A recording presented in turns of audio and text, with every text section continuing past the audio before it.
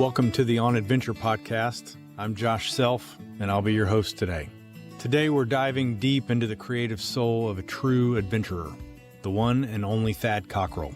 Thad isn't just a celebrated musician. He's a master of embracing uncertainty, battling doubt, and creating from a place of deep authenticity. From wrestling mats to seminary halls to Nashville stages, his story is a testament to forging your own path. Even when it means starting from scratch, trusting the unknown, and living life as an ongoing, beautiful experiment. Now, you might be asking, what does music have to do with adventure? And you're going to have to listen into the conversation, and I think it'll become very obvious where the overlap lies. In this episode, you'll hear how Thad redefined success, built a career on his own terms in the music industry, and why creativity without conformity is the ultimate adventure. You'll also get to hear how he ended up on The Tonight Show with Jimmy Fallon. It's quite a wild story, so stick around. This one will challenge, inspire, and maybe even spark your own journey towards fearless creation. Thad Cockrell, welcome to the On Adventure podcast. Good to be here. This one I am super excited about because it's going to be a conversation in a different direction than what many of these conversations have been. And our mutual friend, Tom Asta, who, you know, I told you I've known him we go way, way back and personalized overlap. Tom was on the podcast about a year ago and he's like, you got to talk to Thad. And so here we are, and this is going to be an organic conversation. We're going to see where it goes. But what I want to start with is just give you an opportunity to quick introduction of who you are, where you're at, and what do you spend most of your days doing? First of all, my name's Thad Cockrell. I live in Nashville, Tennessee, and I've been a recording artist pretty much my entire adult life. And, you know, I spend most of my days defeating doubt. Oh, love that. Tell me more about that. Well, that's what creating is. Okay. It's just a, you know, creating is something, and there's lots of different ways. I think what's interesting is, you know, most people, when I tell them what I do, you know, like, well, I'm not creative. And I would strongly suggest that they should rethink that, because I think we are all creating 24/7. And it takes a mindset shift to realize that we are creating. And you walk into the room, you create energy. You walk out of the room, you know, you're creating energy. There's nothing that we do that isn't creating. And so one of the things that I do is as I make music, there's a lot of things that I do create outside of that as far as art goes. But, you know, the first thing, there's so many reasons to not. In fact, there's all reasons to not create. And, you know, it's stepping into, you just have to overcome all those reasons every time you do it to not do it. Well, what if I'm not good? Well, it doesn't have anything to do with good. You know, like good is and that has everything to do with the ego. And the ego wants to jump in the driver's seat as fast as possible. And, you know, in order to create, I believe you have to do something on some level that you don't know how to do. And if you know what you're doing before you do that, it's not creating. That's called an agenda. And so I try to every day, without agenda, create. That lines up like right on with a guest I had on here is actually an adventurer and a psychologist. And he says there's 5 elements of adventure. One of the very first ones is uncertainty in the outcome. It's 100%. Right? And so that's what you just described. Yeah. Trips are planned, adventures are not. Yes. Yeah. So one of the things I've read, and this is my very unscientific understanding, but this idea of, are we creative or not? Yeah. A lot of times, maybe always, but a lot of times goes back to early messaging or early beliefs, or even being told you 100%. are or you are not creative. And then there's a story built. Right. You're not doing it right. And then there's a story that's built around that, and you become an adult 100%. That believes that. So is what was that? What did that look like for you as a child? Were you the child that everybody said, "Oh, that's creative and has all the ideas," or where did that come from for you? No, no, I think, I like everyone else, I started off creative. There's not a kid that's 3 years old that doesn't love to color. I think that's one of the things that I love about really early childhood art is is There's no there are boundaries. no there's no rules. Yeah, There's no rules. no rules. And also, have you ever seen a kid go running up to their dad, when they're like 3 or 4 or 5 years old, and give their dad a drawing or a coloring and be like, I don't know what I think about it. No, man. Not one. I still have them They all. are all they're all so proud of them, Yeah. though the kids are. They're Oh, the like, "Oh kids, my yes. gosh, look at this. Yeah, Yeah, look yeah. at this. I see what you're Look what saying. I created." Yeah. And to me, that's very godlike, because on the seventh day he looked at all he had made and he said, "It is good." Hmm. Which means that we can enjoy our creation. People are like, "Do you listen to your music?" Hell yeah, I listen to my music. You're like, absolutely. Because I'm making the music that I want to hear in this world that's not being made. I'm not trying to emulate, I'm not trying to repeat something that's being made. I'm trying to fill the void. What songs aren't being sung, and so I want to sing those songs. And so yeah, at some point I move on, because there's a whole new batch of songs that I'm working on, or a new album that I'm working on. Mhm. But at some point, in the cycle of that album, do I listen to it? Yeah, because I didn't Mhm. make it alone. I have all my friends that are genius players that played on it. Mm. They're the best players in the world. They're the best mixers in the world. They're the best engineers in the world. If you don't think you know the difference between a great sounding, you know, drum kit and a bad sounding drum kit, I could play them for you and you'd be like, "Oh, this one's much better than this one." Mm. And so, and it's all subjective, but I would still say that, people would probably hear the difference and would probably lean towards what someone has spent time crafting. But going back to what you're talking about, when it says, we all create. Yeah, I think we all create. And for me, I remember, it's funny. I remember doing this clay pottery class with my brother, and we did these molds, these clay molds of animals. And my brother, dog, and I had a dog, and I put blue eyes on my dog, my Mhm. brown dog. And my grandmother said, "No, you can't. Dogs don't have blue eyes. You don't do that." And I remember I was like, "Ooh," because I was so proud of it. I was like, Oh, "Ooh." man.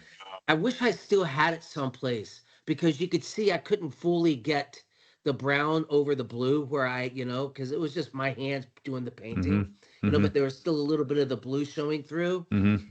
And that was like one of the first things where someone was telling me, you know, no, dogs only have Mhm. brown eyes, which is not true. There's, lots of dogs have blue eyes. But for my grandmother, you know, it was that conform. And you can't Yeah. conform and create. You just cannot conform and create. You can't conform and create. That's a cool phrase. So obviously that was a story that you didn't at some point didn't totally believe, right? So where along the way did you know this creating thing is what I want to do with my life? Well, I grew up I grew up a jock. I grew up a redneck. I was born in Kansas City. The first 9 years in Kansas City, my dad was a pastor of a church. The only vision cast for me and my brothers both was to go into, as my parents called it, full-time ministry. There was no Mhm. greater calling that one could have on one's life than to go to full-time ministry. Full-time ministry, full-time. I mean, when you hear that over and over and over every week, it leaves a massive impression, and you lean towards it because, clearly everything else is a steep cliff, 1,000-foot drop, no Mhm. bungee cord connected, to just plain old mortality. You know what I mean? And and so, I remember watching my dad preach one Sunday, and I was thinking, I guess that's what I'll do. And this thought came into my mind that there's no context because I did not grow up in a music loving family. I didn't grow up in like there wasn't music Really? in the house. Mm-mm. Wow. And I remember, thinking, I guess that's what I'm going to do. And the thought came into my mind, and it was they'll listen to a song before they'll listen to a sermon, and they'll take it home and they'll listen to it thousands of times. Wow. Listen, Yeah. there's no context for that in a 4-year-old kid in the family that I grew up in. It'd be like running through the desert and getting hit upside the head with an ice cream cone. So the natural question then is, where do you think that came from? Like, what did that mean to you? I didn't know what that meant. I had no idea what that meant. I didn't even know where it came. I was just like, that's odd. Like, Mm-hmm. what a strange thought, But I was always getting, one of the things that I try to do, Josh, with my life is I try to find beautiful uses of rebellion. And I think this is where I think a lot of parents get it wrong is when kids are rebellious, they think that's a bad thing. And I think, first of all, parents should step back and be like, hang on, what are they rebelling against and why? Mm-hmm. Why? Like, how are they not, am I 100% positive that they shouldn't be rebelling against this? You know? And also if they are, am I doing a good enough job of explaining and communicating why we're doing what we're doing? And so anyways, I was just born with a rebellion, and I'm grateful for it. It got the shit beat out of me, growing up, but I'm thankful for it because it took me time to harness it. It took me times to figure out how to direct that. But I was getting in trouble growing up, a lot. I went to a small Christian school. They're easy to get kicked out of and to get suspended in. And I mean, but I was in school suspension one day, and this guy, Steve Hicks, asked me, I was probably in sixth or seventh grade, and he asked me, if time, money, nothing mattered, what would you do? And I didn't know, but I knew it was a really important question. But I do remember the first thing that popped into my head was music. But for Wow. me, the only way that you could do music was to stand up in front of the choir and lead really bad music. And I was like, hell no, I'm not doing that. And so I went home and I thought about it, and I came back the next morning and I was like, I got your answer. And he's like, well, what would you do? And I said, well, I guess if money, nothing happened, if nothing mattered, I would just help people. I would just help people. And it was such an interesting question because I realized looking back now that music, I would stay up all night listening to music, like all night long, obsessively listening to music. And it was the only thing that I had any emotional connection to in my family.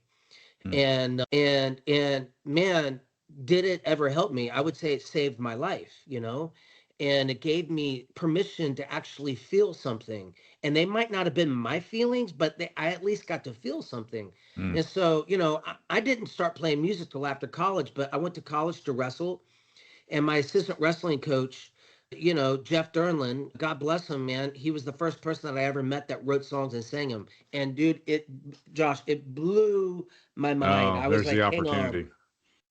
I'm like, what? Like, you wrote that? And he's like, yeah. And I'm like, well, how do you write songs? And this is the best answer. And when he gave it to me, I was really pissed because I thought he had the cheat sheet to the Yeah. test, and he wasn't letting me look. But I was like, how do you write songs? Chorus, wins the verse. I hear there's a bridge. And he was like, there's no right or wrong way. There's no right or wrong way to write a song. You can put anything anywhere you want. Man, I was really upset when he told me that. Because, like I said, in my family, there was a right or wrong way to do everything. And nothing truer was told, he was 100% correct. Mm. And I think probably at the end of that conversation, he told me, he was like, you'd like Neil Young. Okay. I'd never heard of Neil Young. I've never heard Neil Young. I was just like, all right. So a few weeks later, I'm laying on my bed after a wrestling practice. I was just getting absolutely beat. I mean, just bludgeoned. And I have like ice packs on my knees and my elbows and my shoulders. Literally, my whole body's covered in ice packs. and it's like it like hurts, it's stinging, and I'm trying to get my mind off the sting.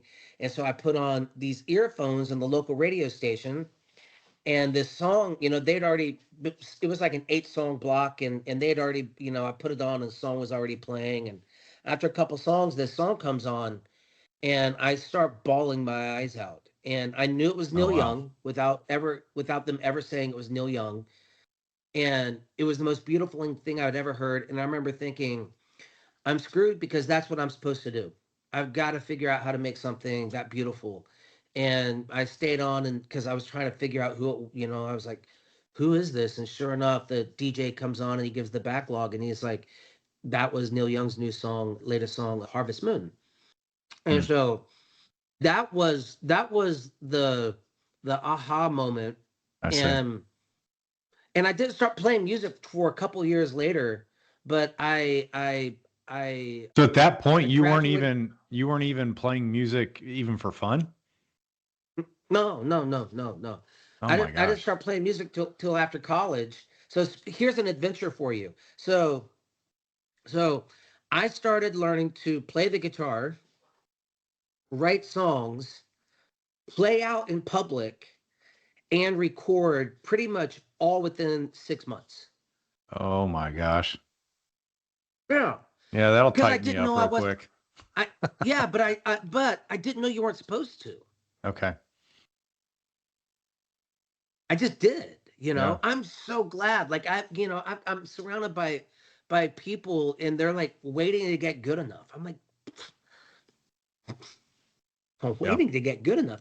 It's not about good. It's, what do you mean? What are you waiting for? You know, and in those first songs that I ever wrote, I didn't know you weren't supposed to make an album out of the first 8 songs that you write.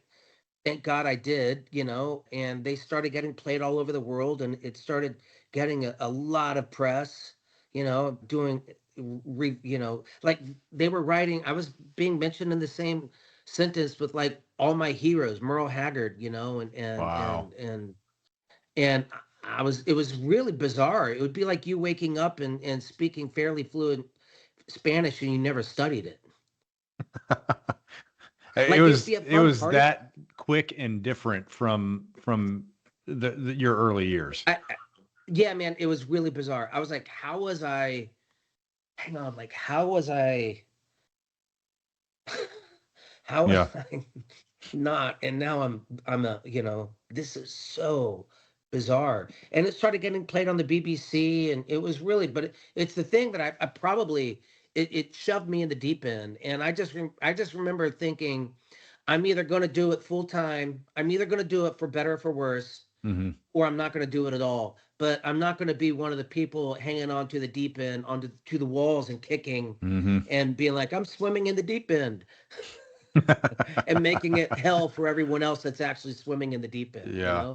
I was like, I'm either going to do this or I'm not going to do it. And you know, So did you and go to college around Kansas City? no, no, no. I went to school in Lynchburg, Virginia, and then I actually went to seminary in Raleigh, and Okay. I was going to join the family business. Some people got born into the mafia, and so did we. But So we were smart enough, and the Italians, man, they got to be angry at the evangelicals. We figured out a way to do it tax free. Oh, that is a hilarious comparison, especially for anybody that has spent time growing up in church. That's really funny. So you went to Liberty, I assume? Yeah, Yeah, so yeah. Went to and Liberty, what year did you graduate? 96. Yeah, so you're still in the Jerry Falwell sitting in Oh yeah, the no, head seat. Jerry, yep, yeah, he was Yeah. there. I met him one time. And I didn't see him for 2 years later. And when he saw me 2 years later, he knew my name. Did he really? Yeah, Wow. he remembered everyone's name. You meet him one time, he'd remember your name for the rest of your life. But he'd see me walking on the sidewalks, and he always drove this big black Suburban, and he would do this thing where he would run up on the sidewalk and act like he's going to hit you and make you jump out of the way, and he'd be laughing and hitting his, but if you stayed there, he was He would have going hit you? fast enough. Oh my gosh. A little bit off his rocker. Man. Completely. I mean, you had to be. That dude he started that church and then that whole university knocking knocking on a door one time, one door at a time. Wow. Wild. Yeah. Absolutely wild.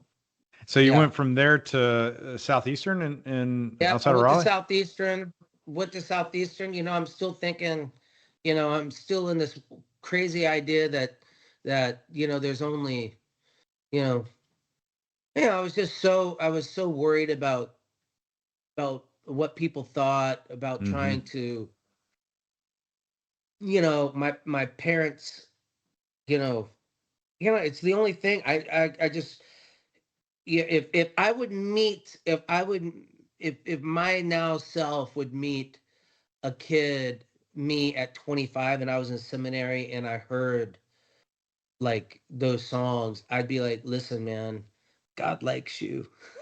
And you should just go, you should just like, you're good, man. You're good. Yeah. Go, go, go, go, Yeah. go But your own way. the to go from high, growing up in church, then to Liberty, then to Southeastern, you're on the, this is not a judgment And I call. wasn't, It's like, it's a fact. That's a very fundamental evangelical way that would make sense. You're right on track to go into the family business. yeah, yeah, yeah. And I wasn't playing Christian music. I hated Christian music. I still do. I just think it's horrible. It's a horrible idea. I think that you shouldn't suck so bad that you have to create your own genre.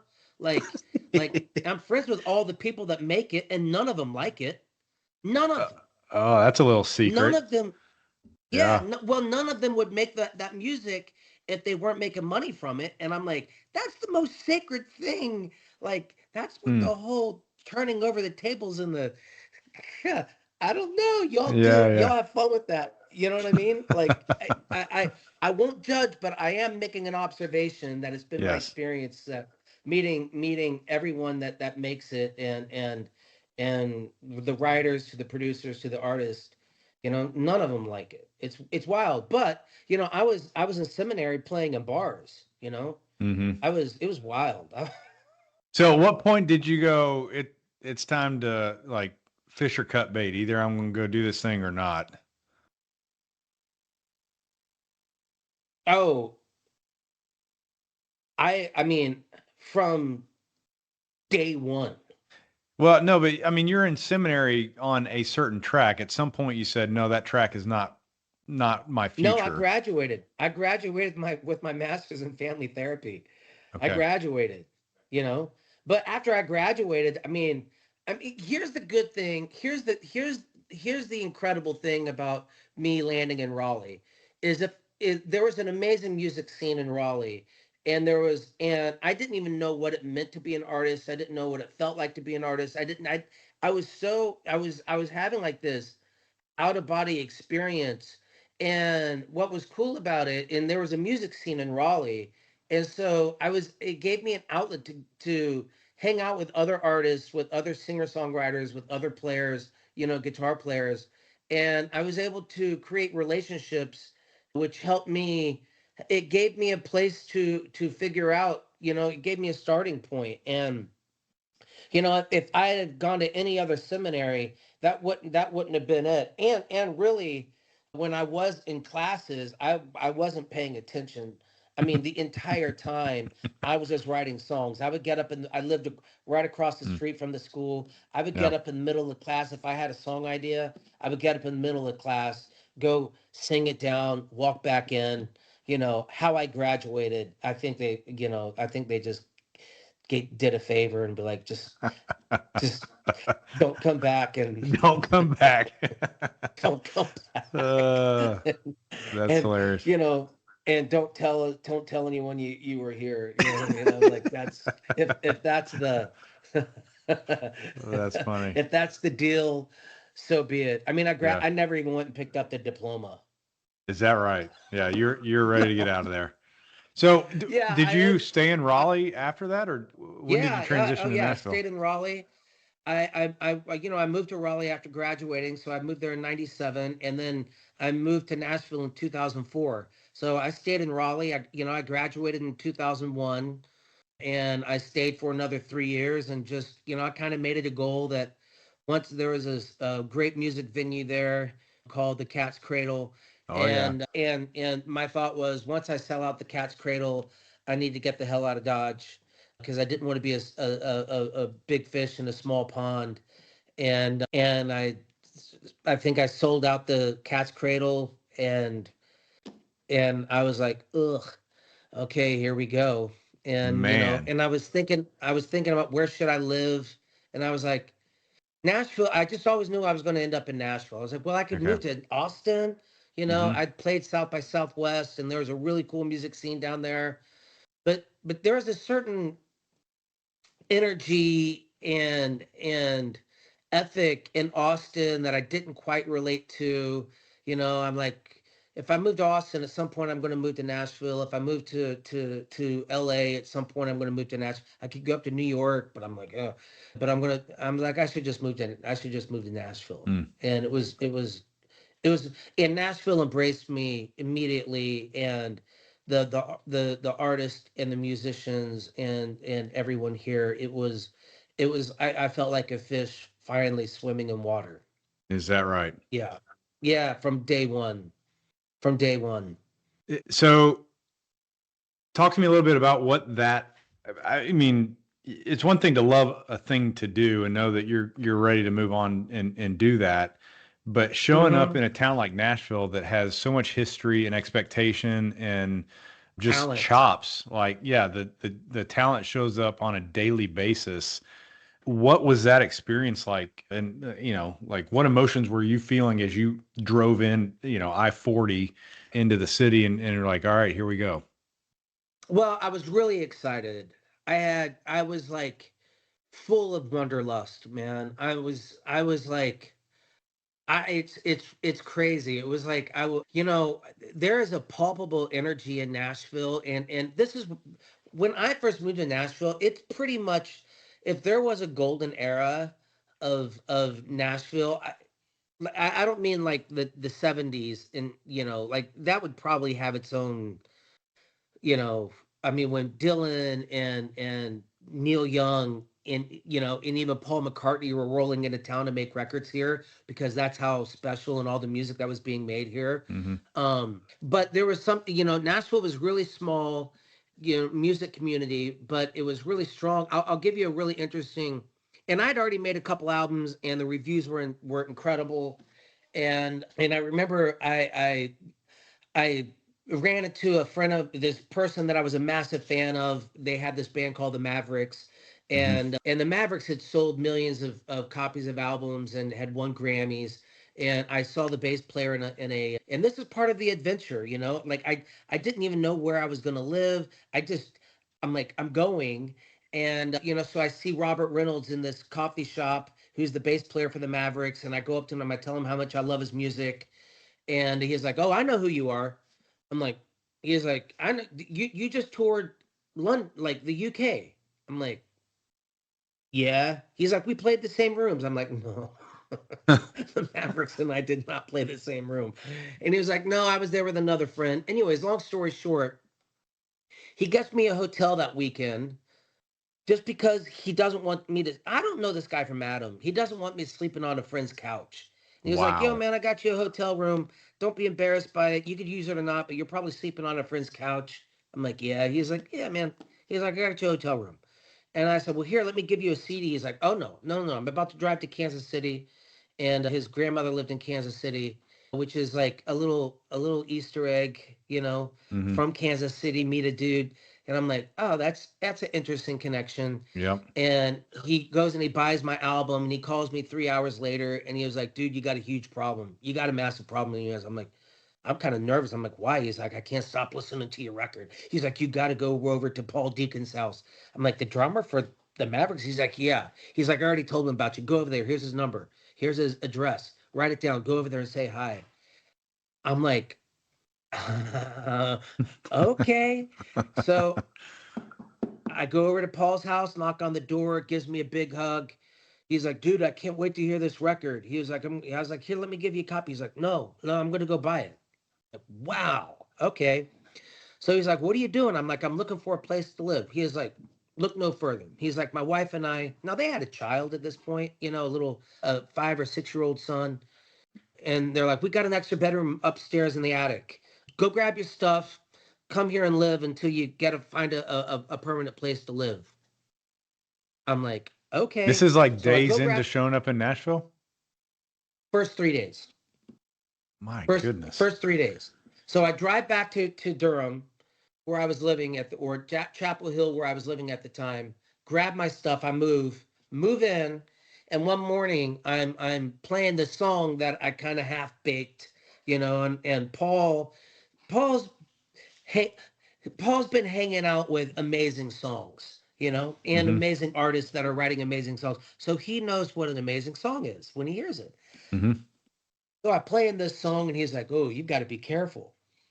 I'm like, "Why?" And he's like, "Well," he's like, "You know, you've got such a great voice. You can kind of sing the songbook, and it'll sound great." And he said, "And you're gonna trick yourself into thinking that it's a great song, but." He's like, "You know what you're gonna have to do, don't you?" And I was like, "Oh, I don't want to hear this, but I know it's gonna be what I need to hear." He was like, "You need to learn to write songs as though you have a bad voice." Oh, interesting. Yeah. And he was correct. He was a Huh. 100% correct. And I was using this gift to not really dig in and be excellent and go and do the craft. And man, that my first 4 years in Nashville. I wrote songs 36 hours a day, man. I was just completely obsessed. I was on an Hmm. adventure, you know. And when I ran out of things to write about, I would walk down the library, and I would write down book titles that I thought was interesting, just the titles. And I would take them home, and I would use them as jumping off points to learn to write songs. And I'd already written Oh. songs, but I knew that there was levels to this, you Mm-hmm. know. And so, yeah, that was the beginning of my Nashville adventure. And I mean, it sounds like there was no limit to where the creativity could come from. If you're pulling book titles out of the library as a place to start from, that's amazing. But so to me, that means you're doing it for the love of the thing. I'm doing what I don't know how to do. And I think that is creativity at its, Yeah. I think people make the wrong assumption, and I have, that when we look at trees, that however God created the earth, I don't want to get into like, was it 7 days or whatever. All I'm saying is we are looking at creativity. Like I always assumed that God knew what trees were going to look like, and then he got the whole thing mapped out and then he made it. Hmm. No. When I look at a tree and I go, wow, I think when he looked at a tree, God too went, wow, Hmm. and I think what an adventure. I think creativity is Yeah. an incredible adventure that we can all go on or not, you know, it's our choice. Yeah, so I've done over 40 of these interviews at this point, and I've never thought about it this way until this conversation. But the way you're describing your approach to music is the same approach that the guy that's doing climbing Everest Uh, 18 times and that's riding a bicycle from Istanbul to Ireland, and like yes, you're creating ex nihilo from something from nothing. something But from nothing. yeah. And that's super cool. And Well, and I think that's what entrepreneurs are doing too. absolutely. Yep. All my best friends are entrepreneurs. Most of my best friends I don't, are not music people. They're all entrepreneurs. And when I see them doing what they're doing, creating something from nothing, Hmm. yeah, yeah, So, and that would also mean that there's no end to what the adventure could be. Like there's no, 100%. the train never gets pulled into the station. There's no destination. Does that feel comfortable to you, or are there days where you're like, man, I wish like there was some goal here that I'm shooting for? No, man, anytime I have done that, it has left me bitter Hmm. and angry because I am using music to validate myself. It's out of Uh, insecurity. And, I had a really interesting conversation with my dad, who's very quote unquote successful. And he had planted churches and had been a leader of men. And these were all very successful churches. And he was the president of companies outside of that, in his 60s and organizations. And my dad told me something in 2018. He said, Thad, all the building of God's kingdom, all of that, it was all done out of insecurity. hmm. Wow. What a thing to confess to a son, right? Yeah. Yeah. And pain that's not transformed is transferred. And I'm crazy. If that was the error and the world that I lived in was my dad doing something from insecurity, there's no way in hell that I didn't have my own version of that. And so I started doing a deep dive into what does that look like for me? Like it's not going to look the same way, but what's my version of that? And then started thinking about what doing something from insecurity as opposed to doing something from the opposite of that, which is security, right? Yeah. And and I think when you do something from insecurity, you're doing something from projection, meaning I'm doing this so that people will see me this way. And you feel like And early in your career that was baked into what you were a doing? hundred, 100%. Yeah. Well, no, not when I first started doing it. I When the see. good reviews started coming in, when Yeah. the reviews started coming in, and I started reading the press, all of a sudden I attached to it. Ooh, It's yeah. my validation, and Yeah. and now all of a sudden I'm getting validated in lots of different ways, and when I did that, it was no longer about the journey. I was using music and using the people to uphold a version of me that I was wanting them to do, and I was creating something for them to uphold that version, as opposed to doing something from security. When I do something from insecurity, I'm doing something so that people will see me a certain way. When I do it from security, I'm doing it because it's who I am. Hmm. And if it's who I am, then the journey is the gift. Like I need nothing from it. Like when I finished my album as the kid, which is my favorite thing I've ever made in my entire life, I did something at the end of it that I'd never done with any album that I've ever made, and I've made a lot of them. But I wrote a thank you letter to the music. And I was like, thank you. You changed me. You made me a better person. You made me Wow. more vulnerable. You made me more brave. I need nothing from you. I need nothing from you, but I want everything for you. And, because there's not much different about being a parent to art as there is to children. And I think there's a lot of parents out there that need something from their children to validate them. Ooh. And healthy parents don't need anything from their children. Yeah. They want something for their They children, want the but they best don't for need them. anything. Oh man, that is so Yeah, but good. you know, so yeah, it's and this is part of the adventure, man. you know Yeah. but now when I create, yeah, it's the journey is everything. I get nothing. I just made a video with a good buddy of mine, and we met 6 months ago, and we've become really dear friends. And I had never seen anything that he had directed. I didn't look at everything that he had done and been like, oh my gosh, he'd be great. I just connected with him as a human being, and I could just tell that we would make something great together. Hmm. So there wasn't anything in his past that I was like, okay, I was like, let's just go make something great.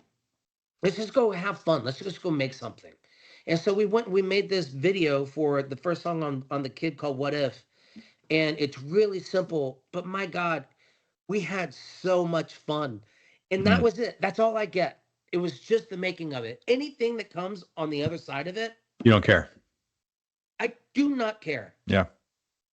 I don't care. For maybe Well, I can't say this at the extreme, but I will. That what you just described resonates with me with this whole podcast idea. As Yeah. my day job is I'm a financial planner. I look at numbers and investments and details like that all day long. Where there is a right answer, right? 2 + 2 = 4, and if it doesn't, then Yes. something is broken. And Yeah. so a couple years ago when my coach was encouraging me to do something outside of that, and maybe this idea of doing a podcast and talking to people about things that I'm interested in. But when I drug my feet, and it took me forever to start, and I came up with all the reasons why, I Why do didn't you do it think you this month. drugged your feet? Scared of failing.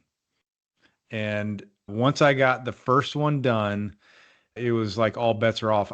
I don't make money off of this. I don't I do it because it's fun. I do it because I Yeah. enjoy the people. I've met people all around the world that my path never ever would have crossed, and I'm better for that. And if it's that way for many more years, I'll keep doing this. Like it's that much fun, and I don't have an end goal in mind. For a moment in my time that's different than all the other things where I'm setting goals for people or for myself. This has no goal, and it's been one of the more rewarding things that I've done along the way. Never would have guessed that Here- that would be the way that it would go. That's really cool, man. Here's interesting. What does everyone say you learn the most from what? Failing. Yeah. So Hmm. you didn't want to start this because you were afraid of. Failing. Okay. So what was on the other side of the fear? Now that you Oh, have yeah. access to 2020, what was on the other side of the fear for you? It's not just failing, it's what are people going to say when I fail. So total ego, total people pleasing, and not Yeah, right. being comfortable with who I am, regardless of Yeah. what is happening around me. And that Yeah. certainly has changed in a lot of ways for me in the last several years, not only with this podcast, but outside of it. And it's a game changer. And I think Yeah. you described that also in some of your transitions through the music industry, that when you got to a point of it being for the sake of the journey, it was a totally different experience. Is that a fair way Yeah. to describe it?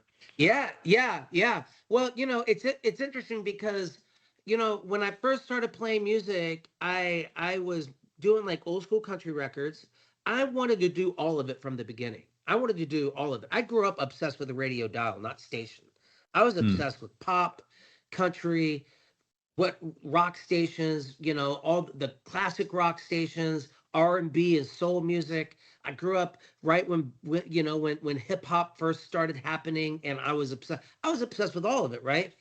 And so what's interesting is all of a sudden I had people that loved a record that I made, and they wanted me to keep making that record, but the songs that were coming to me, I was on an adventure, man. I was on Something an totally adventure, different. and I did something completely different. And the people wanted to hold me hostage to this Hmm. album that they loved. But all of a sudden, when I did this new thing, they didn't follow, but new people showed up. Hmm. And then they fell in love with that. Hmm. And then they want to hold me hostage to that. And I'm like, no, did you listen to the record before?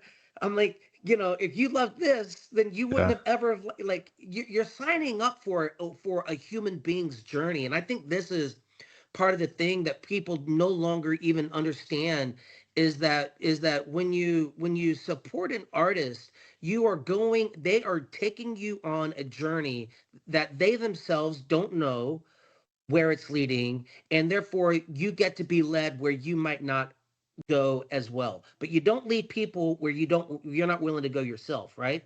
Right. And so, if you were to go on this, like David Bowie, I mean, he's my Sherpa up the mountain. I mean, you know, yeah, he didn't have any real success until Ziggy Stardust, right? And he puts the makeup on, and then all of a sudden, some real significant success comes his way. Now that's where most people plant the Hmm. flag, drop the anchors, and stay right there, and that's called Kiss. Hmm. Yeah. They never, you know what I mean? They're Yeah. like, They're in their 80s still wearing the makeup. And then and this is the genius thing about Ziggy. He killed his own success, Mhm. not because he was fearless, and then he was like, I'm going to become a soul singer. So then he made, and then Luther Vandross becomes his background singer and gets his big break because he wants to be a soul singer, and he makes Young Americans, and now all of a sudden he's completely morphed into a different person, and he Mm. just kept doing that. And man, I think what a courageous soul, and I'm just so grateful that we don't have just a continuation of Ziggy Stardust, and more Ziggy Stardust, and Mm. more Ziggy Stardust. We have this whole breadth of of someone's adventure that they were on called life. And man, I would love. I mean, I think that's why I released my album in a way that I had never heard of anyone else doing, especially now these days. I released it instead of putting it up for free on the DSPs. I ended up having a number one song in the world from playing the Tonight Show. Jimmy Fallon heard my song, and the hardware store Shazammed it, and it was his anthem through the entire album. What nobody knows is the crazy journey of me packing up my bags and moving to LA. What I thought was going to be 4 to 6 weeks, and I spent a year and a half out there making an album. I didn't know anything about it.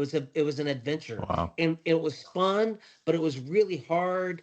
And I didn't have any money, and LA isn't where you want to be if you don't have money. And I'm much too old to be doing this by now. I should have, but here I am. I'm doing it anyways. And then all of a sudden, I end up having a number one song in the world, number two album in the world on Apple that people were buying.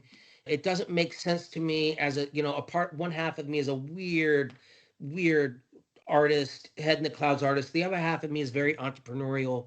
And I don't know anything about the music business, but I do know that with business, without scarcity, there's no value. Hmm. And me putting something up for free on, doesn't make any sense but it does make sense to someone. It just doesn't make sense to me, nor Mm. does it really make sense for the listener. And so I was like, you know what, I'm going to do something different. One of the things that I asked myself is, what would you do if you couldn't fail? And I'm like, well, I would sell my album for $100, not put it up on any of the DSPs. If you don't know what that is, it's like Spotify, or wherever you stream your music. It's digital streaming platform. And I would sell 1 million copies of it. And because the last thing the world needs is well-behaved artists. I didn't get into this to be well-behaved. And if making the music is art, why shouldn't the release of it be art too? Mm. You know what I mean? That's a bit And different. so it's different. It's wild. It's like, go further into it, Thad. Like, Mm. be courageous. Like, what would you do if you knew you weren't going to fail? And so one of my dear friends runs a music label called Dual Tone, and it's a very successful label. He's the president, and his name is Paul Roper. Rest in peace, Paul. But it's like, if you don't, the Lumineers is on that Mm. label. It's a very successful label, right? Yeah, yeah, yeah. Mount Joy. There's a bunch of other really successful bands. And I told him what I was going to do. And I said, well, Paul, let me ask you this. You knowing what you know about the rigged system of Spotify, if you were me, would you put it up for free on Spotify? And what do you think he told me? I'm going to say he said, no, don't do it. Exactly. Do you know what's wild? 100% of people guess the correct answer. I'm glad I wasn't the first to fail at that one. No, no, no, no. You use common sense. Yeah. It's called common sense. What we're doing doesn't make any common sense. And I was raised to pray, use common sense. God, give me lots of common sense. So I'm not doing anything brave. It's common sense. And then he told me what I knew. He's like, because you'll put it up on Spotify, you might get a couple playlistings, and the numbers will be kind of good, but it's not going to do great, and then you're completely screwed. So I'm like, you know what? I'm going to do this. So I ended up putting it up on, just selling it direct to my fans, people that are on my email list, and I sold it for $100, and I made more money. I haven't broken even because I spent a lot of money making it, but I wanted to make the album of my dreams. I want Hmm. to I want to live in abundance, not scarcity. And I made more money in the 2 week pre-sale than I did 13 years combined on Spotify. Wow. In those 13 years, now if I were to hear that, me, and I can be cynical, I try not to. I try to punch it in the face as soon as I see any bit of it in me. But I would think, oh, he must not be any good, or he doesn't know how to write songs, or so on and so forth. Oh, okay. Well, in those 13 years, I've had Super Bowl commercials. I've had, a Bose commercial campaign that was worldwide. I've had songs in movies. A number one song on the Mm. Tonight Show. I played the Tonight Show, did the Today Show. Number one song in the world that people bought on Apple. Number two album in the world that people bought on Apple. And Wow. so more money in 2 week pre-sale than in 13 years combined on Spotify. And so what I ended up doing is, I'm making this all up as I go along. I'm just having fun. Is I'm like, I've got to say thank you to these people in a way that they feel it. So I went and I made the country album that I moved to Nashville to make that I never made 20 years ago. Okay. And I'm giving it as a thank you gift to everyone that bought the kid. And the only way Oh, you get wow. the country album is if you buy the kit because it's a thank you gift. That's cool, man. That is really cool. And it And just seems fun, yeah, right? it does seem Josh, fun. isn't it fun? Like if failure is not an option, that's a really, really useful way to frame any decision. What would you do? That takes away the limiting factor of what a brain can come up with. And but you're doing something that not everyone will do. You're as you put it earlier, you're jumping into the deep end with the idea without a life vest on, right? I mean, No you're life jumping in vest. with the only way out is through, and I'm going to figure this out. And My God. it, I'm think the little bit that I know about the music industry is I don't know that all artists are as enlightened and as self-aware as what you're describing and that you're showing. In fact, I heard it was not long ago, I think it was the president of Sony Music talking about working with artists and describing the day that one of his artists won all, I forget which award it was. It was like a pinnacle award. And the very Yeah. next day came in his office and fell on the floor crying in the fetal position. And that I don't know who it was. It could have been a made up story to illustrate a broader concept. But the idea is that when this stops, if that's what you're in it for, and Yeah. for anybody that's not seeing me, I'm clapping my hands. When the clapping Right. stops, if you're not like well centered and grounded in why are you doing this, that to me would be devastating. Like that would be really, really scary. But if you're well grounded in why you're doing it, as exactly like you're describing, and that stops, it's like who cares? I didn't do it for that in the first place. Correct. Yeah. Yeah. It isn't coming. I don't need anything. It goes back, I have friends that have been making the same album their entire career. And I'm like, that's dishonest. Hmm. It's just dishonest because you're telling me, are you the same person for that entire time? If you are, what I would suggest is what might be happening is success has come to a certain level, and now they are using their audience to uphold a version of them that they're Mm-hmm. projecting, and they're become so they just stop right there. And there's always a lid to that. There's a lid. You know what my dream is for the kid, Josh? What's that? My dream in general, I grew up hearing about platinum records, and everyone says, in the music industry, especially around this town, oh, nobody will ever sell 1 million copies of an album anymore. And we found a way, streams, we're figured out a way to say that this many streams equals an album sell. Mm. No, no, no, no. That's not an album sell. That's not an album sell. An album sell is someone actually buying a physical copy of something. You don't get to change the rules in the middle of the game, you know? And this is what I know from wrestling. I was literally having this conversation yesterday with my best buddy who lives in Raleigh. He's my creative director. And I said, I am so glad that I grew up playing sports because it taught me grit. It taught me enthusiasm. It taught me how to lead. It taught me how to follow. It taught me how to lean on people. But this is what I think it taught me more than anything else. If you play someone else's game, if you wrestle someone else's match, you lose that match every time. Every time. You always lose that game.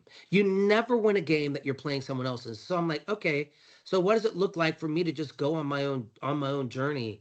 And so my dream is to sell 1 million copies of an album. I want to go platinum in a time where nobody says that people will buy music.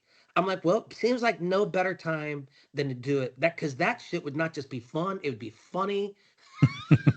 It would be a beautiful use for rebellion, and it would create a new economy around music because I make music for people that value music as art, as I do. And if you don't value music as art, I don't make music for you. Mm-hmm.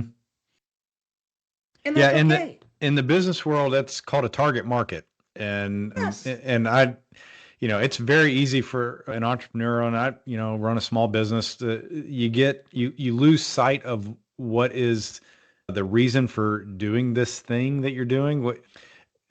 What's your target market, and making money that's not the answer to what's your target market, right?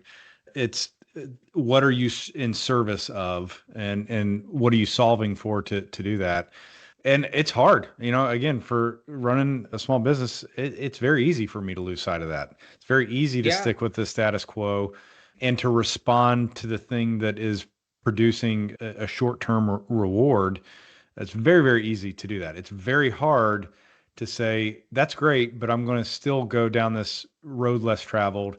I'm going to potentially cannibalize my existing business to create this new thing that has never existed. Mm-hmm. But every time somebody does that, it's an amazing thing to see. Yeah. And and in a lot of ways, to your point is, I think like the heroes of this story is not me. It's the people that bought the album. I can't sell 1 million copies of, I can't do that, but people can. And so I'm just saying, like, maybe people want to be a part of a bigger story. And for like you're running your own business and you're a financial planner. Who would you say is your direct, like, who are the people that you're like, these are my people? You don't make over this much, or you make this much, and you're like, somehow, some way, I want to turn this into this. And I know I can help these people. If they want to go on that adventure with me, I can get them there to here. I know I can do that. We can do that together. Who are those people for you? That would be the people that are interested in planning their money in such a way that they can live their great life right now, not building a Let's bigger go, bucket man. for the sake of a bigger bucket, not building a bucket of money for some random vague point in the future, but integrating that That's decision cool. into living the great life right now. So that sounds like courageous investments. Yeah. It's a different kind of planning. It's not one that is blind to making sure that the future is prepared for, but Correct. certainly not at the expense of today. And I say that I want to grow a society, a community of people like this, because that's really hard for me. It's really hard for me to get out of my head and stop thinking about, well, what about what if this happens in a year, and to lose the present moment. So surrounding myself with people is also a way that I can kind of encourage something that feels like a default in me too. So, but that's what I would say. And if you read most financial advisor sites, they don't say anything like that. It looks nothing like what I just described. Do you have a cohort of like of do you have another couple friends that are in the world that you live in, financial planning, that drink from the same well? Yeah, a little bit. We have a study group of like-minded advisors. There's certainly folks in there that are, you know, building the normal advisory firm, but there's a couple that are doing it differently. I'm like, oh, okay, I need to listen to what they're doing. Not to repeat what they're doing, but if nothing else, to be encouraged that there is a different way, and that's okay. That's cool, man. Yeah. That's really cool. I like that. Well, I think you said the key word, and that's being present. You have to really be radically present. I think that's where our genius shows up. Is that easy for you, or have you had to learn how Hell to do no. that? No, no, no, Okay. it's not easy. No, that's why you asked me you asked me what do you do all day? And I'm like, I defeat doubt. Yeah.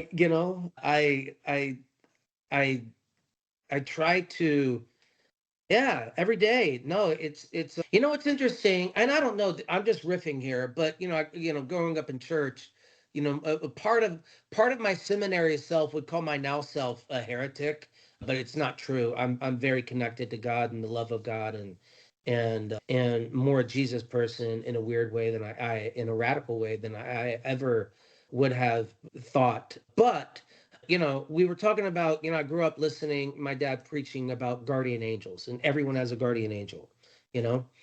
And I also read this amazing definition on genius.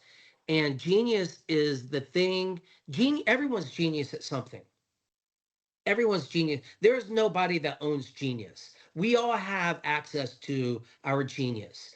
And our genius is, and this was the definition, is the thing that helps you solve problems, Hmm. right? And so stick with me here. The idea of a guardian angel, maybe our guardian angel is our genius. And we've got to get to be really good friends with our genius because it's trying to help us solve problems in real time, not future problems.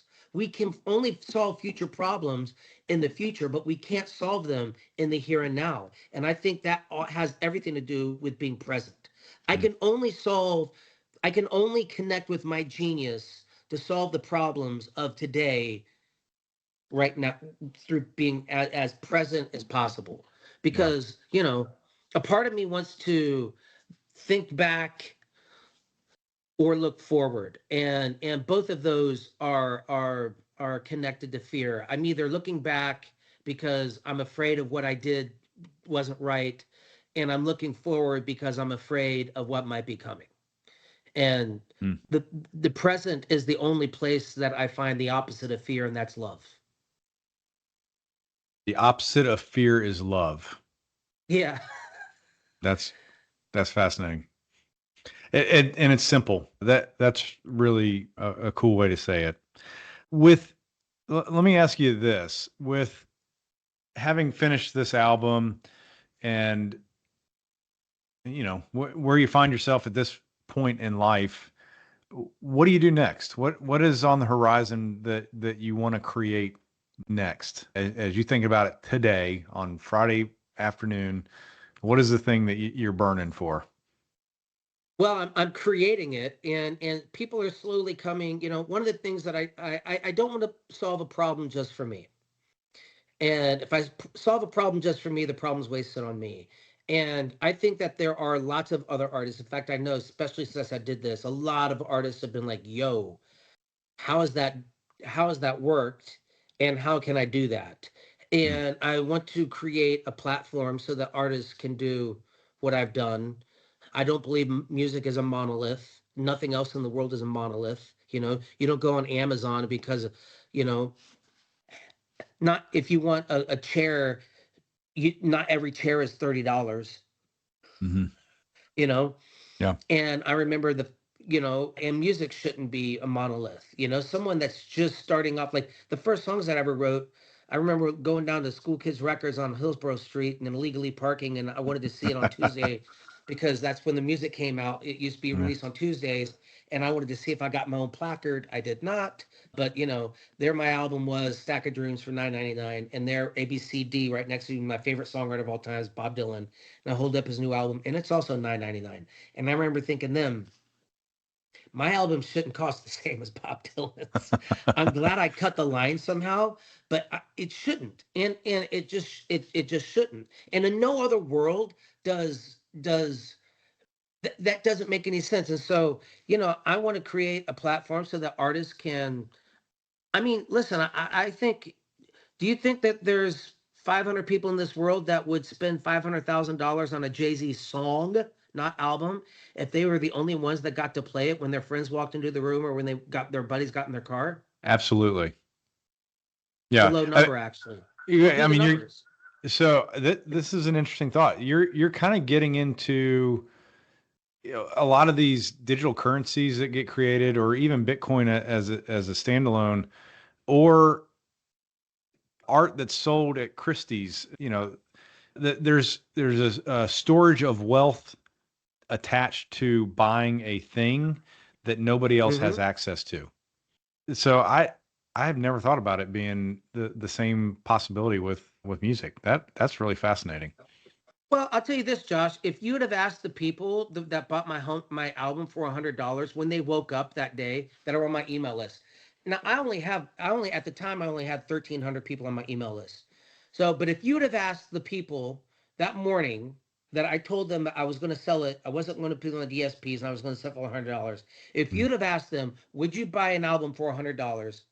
Pretty much 100% of them would have said no, Mm-hmm. but they did. Yeah. Why? Because there wasn't even an opportunity. There wasn't even an opportunity. So my thought is like, if ideas are stocks, and that's all that stocks start off as. If ideas were stocks, the idea that people will buy music, that stock is an all-time low, rock bottom, completely rock bottom. Where are you supposed to buy stocks? As cheap as possible. Great. Now, whatever someone might be willing to pay, everything in between is called opportunity. Mm-hmm. How much opportunity is that, Josh? Well, it seems endless. There you go, man. Yeah. That's you want to know what I'm on. That's what I'm That's what you're into. on to. Yeah, Yeah. man. And then I've got a 20-year, 25-year vision. And then once I build that, I want to create the ESPN of music, where people talk about music the way people talk about sports. Mm. Let's go. That'll get you fired up. I can see it. That's awesome. Doesn't that sound interesting? It sounds very interesting and like nothing we've ever seen before. Yeah. Interesting Awesome. always beats good, man. If you and I were at a table having coffee and someone's like, "Oh, there's something really good outside," you and I would look at each other like, "Okay, whatever." But if someone came up to us and said, "Yo, Josh, Thad, there's something really interesting outside," what do You're you going to turn your think we're head. gonna do? Oh yeah. Yeah. You're going to We're turn your probably gonna gaze. get up. We're probably gonna get up and we're gonna walk outside Yeah. to see, you know, Yeah. what it is. And I just think we should be a lot more. I think interesting people are interested people, and I'm very interested.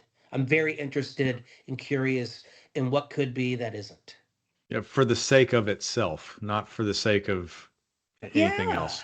Yeah. Yeah. Yeah. I was certainly interested to talk to you. I never expected that we would go down this path and there would be so much similarity to the guy that's climbing mountains or doing triathlons or pushing other limits. But the cool thing about these conversations is what I've really wanted to explore is not the cool thing. Like there's plenty of cool stories out there and adrenaline stories, Yeah. but what I wanted to explore is why people are pushing their limits. When the limit says here's the fence, I'm going to go over the fence. Why would you do that? And when you when you get to the other side of that, or when, like, the illustration that always comes up in my head is for anybody that's a skier, you're standing on the top of a double black diamond, and the tips of the skis are over the edge of the cliff, and you have a split second decision: do I back up and take the ride of shame down the lift, or walk down, or do I drop in? And that moment and that sense of weightlessness, and then you get to the bottom and go, oh my gosh, I did it. Like Yeah.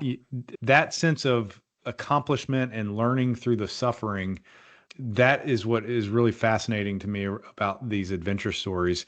And so you've blown past what were supposed to be limits for you, whether it was going into the family business or what music should be created this time because you created that kind of music last time. I'm imagining there's a bit of suffering through the process, but what would you boil it down to? So I'm really like long-winded here to get to the kind of final question of what would you boil it down to that you have learned through this pursuit? If you could put it into one bullet point, what is it? Oh man, I think for me that, and I've thought about this a lot. I don't know if you could see it over there. My piano is over there, Yeah. right there. That's where I write a lot of these songs. And when I sit there, Josh, when I first sit down, I've got nothing. Nothing. And I sit down and I start playing, and I sense the great cosmic yes, the creator, sit down and create with me. And that is the greatest addiction because it only comes from love, and it's only for love. Mm. And I can't believe, because things come to me like anyone that's climbing a mountain and they're like, man, I don't have it in me to get from here to there. Like I don't. And then all of a sudden they find themselves past that breaking point. Well, Hmm. they know in their heart of hearts that something else came in and carried them. Their tank was on empty, you know, 5 miles of gas and 10 miles to go. And they got there. And I don't know, man. It's just such the greatest thing I've ever experienced. And it's like, you have children. Yeah, I do. I have four. When you were raising them and you did like the spin around thing, you know what I mean, where you grab their arms and you twirled them around in the yard, Yep. and and you set them down. What did they want to do? More, more. Again, Yeah. again. Yeah. That's me, man. I'm like, again. Just I again. gotta see that. I gotta see that shit again. That's crazy. I can't believe, because I don't know where those lyrics came from. I don't know where that melody came from. I don't know where any of this comes from. I just know that I want to be tapped into something much greater than me. And that is it. That's it. Hmm. Well said. That is a great bow on top to finish what has been a really fascinating conversation, and I think adds so much more to this pot of adventure that I've been stirring for a couple years. Glad you're on it. Thank you so much for having the courage to, like, you're really good at this, Josh. Thank you for taking the courage to say yes. Well, I appreciate that. Well, Thad, you've been generous with your time on this Friday afternoon, and I really, really appreciate it. And we're gonna have to find time to sit down and have a cup of coffee together. That sounds good, man. Looking forward to it.